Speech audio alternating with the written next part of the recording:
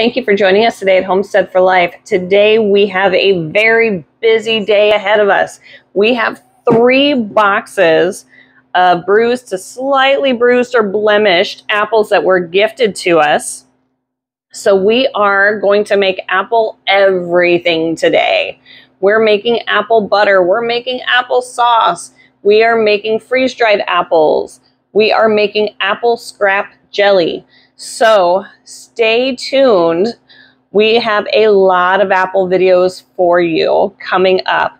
But today, the first thing we are going to do, step 1, is clean and peel and pretty much cube or chop up our apples.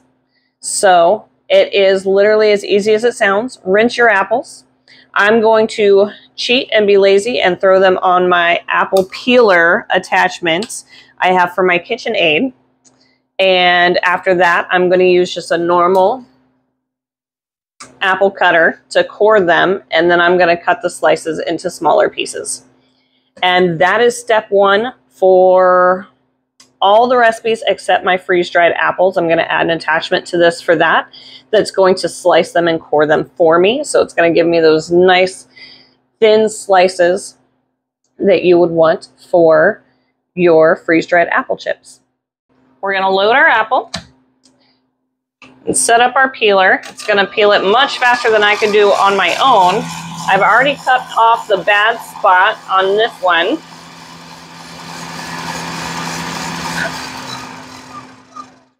For apple butter, your apples do not have to be fully peeled. A rough peel is fine. So we don't need to go back and hit any of those peel spots that were missed. What we do need to do is cut it into slightly smaller pieces after we core it.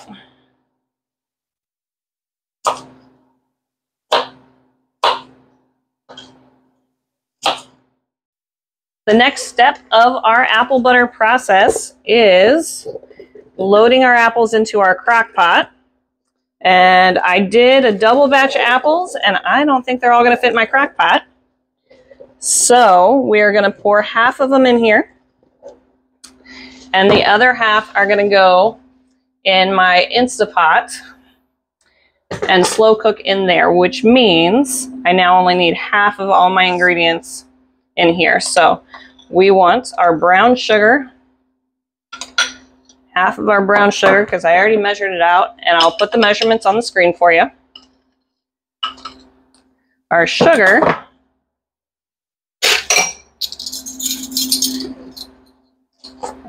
and then we need cinnamon, vanilla, and salt. And we are just going to sprinkle them all over the top, and we are going to set this on low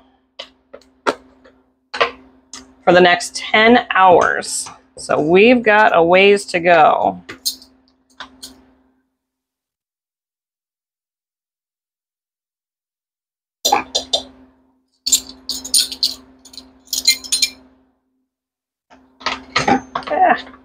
Dripping vanilla everywhere.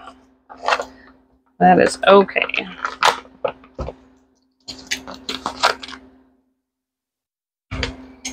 All right.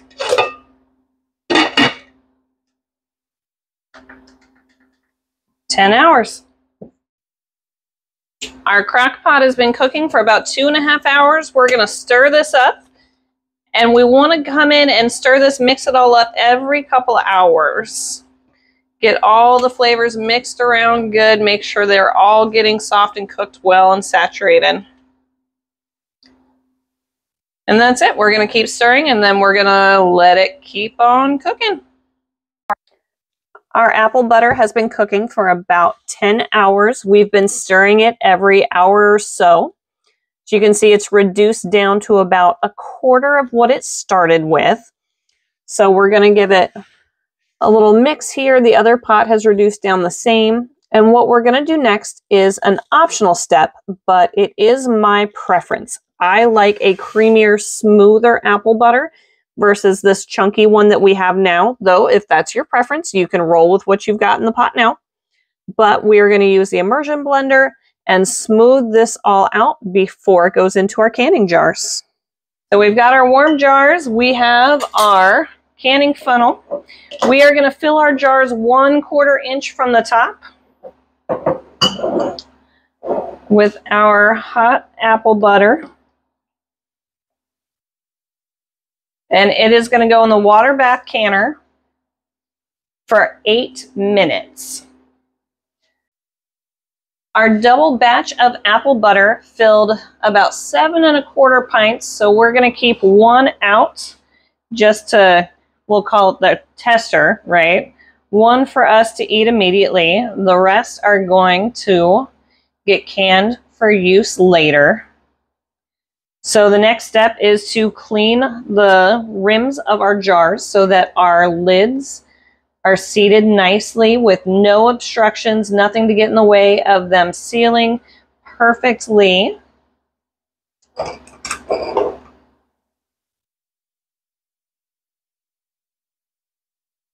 Then we're just going to pop our lids on here out of their simmering water and finger tighten the rings. And then we're going to carefully add them to our water bath canner.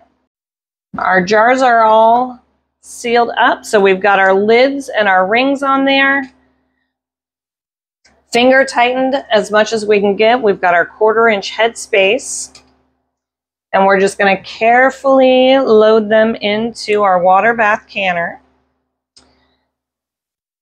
And we want to have 1 inch of water over the tops of the jars once they're all in there. And it looks like we should hit that mark by the time they're all loaded. So that is perfect. So we don't start our timer until the water is boiling.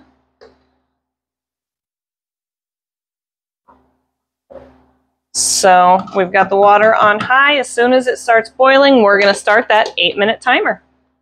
We are boiling, so we are going to set a timer for 8 minutes, and then we're going to take all these out and let them cool. It's been 8 minutes. They are bubbling and boiling away, so I'm going to turn the heat off and carefully pull them out. You'll notice I tip them a little bit very carefully because I want to get all the boiling water off the top before I spill it on myself. Because I have been known to spill things on my feet. They're big, they get in the way.